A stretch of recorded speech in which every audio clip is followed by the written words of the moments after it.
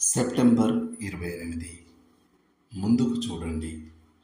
Hebrew పత్రిక అంతటా రచయిత భవిష్యత్ నిరీక్షణను నొక్కి చెప్పాడు.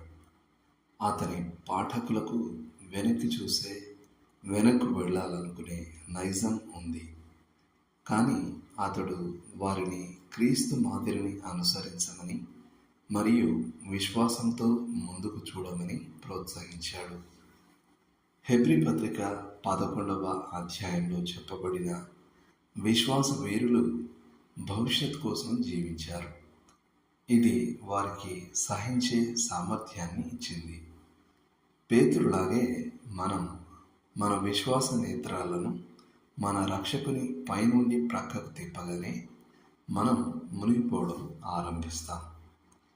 క్రీస్తు విశ్వాసమునకు కర్తయు దానిని కొనసాగించేవాడు గనుక ఆయనను నమ్మడం అనేది ఆయన శక్తిని మన జీవితాల్లో విడుదల చేస్తుంది.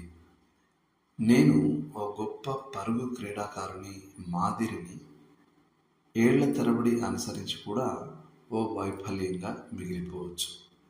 కానీ ఒకవేళ నా యవ్వన కాలంలో ఆ క్రీడాకారుడు నా జీవితంలోకి ప్రవేశించి తన జ్ఞానం మరియు సామర్థ్యం గురించి నాతో పంచుకొని ఉంటే అది నన్ను విజేతగా చేసి ఉండేది.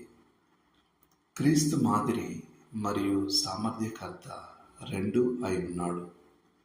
మనం వాక్యంలో ఆయనను చూస్తూ ఆయన ఆత్మకు లోబడుతూ ఉంటే ఆయన మన విశ్వాసాన్ని అధికం చేసి పందెంలో పరిగెత్తేలా చేస్తాడు.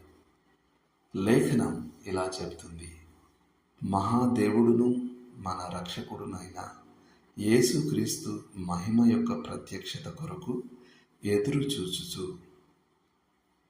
తీతు పత్రిక 2వ అధ్యాయం 13వ వచనం. ఇవి కూడా పరిశీలించండి. హెబ్రీ పత్రిక 11వ అధ్యాయం 10వ వచనం, 14 నుండి 16 వరకు గల వచనాలు, 24 నుండి 27 వరకు గల వచనాలు మరియు 12వ అధ్యాయం 2వ వచనం. ఫిలిప్పీలకు రాసిన పత్రిక 4వ అధ్యాయం 13వ వచనం, ప్రకటన 4వ అధ్యాయం 11వ వచనం. చేయాల్సిన పని.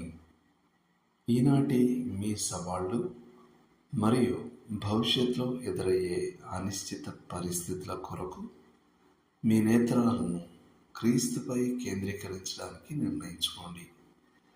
మీరు ఆయనను నమ్మినప్పుడు ఆయన శక్తి విడుదల కావడాన్ని బట్టి ఆయనకు కృతజ్ఞతలు చెల్లించండి. దేవుడు మిమ్మల్ని దీవించును గాక. ఆమేన్.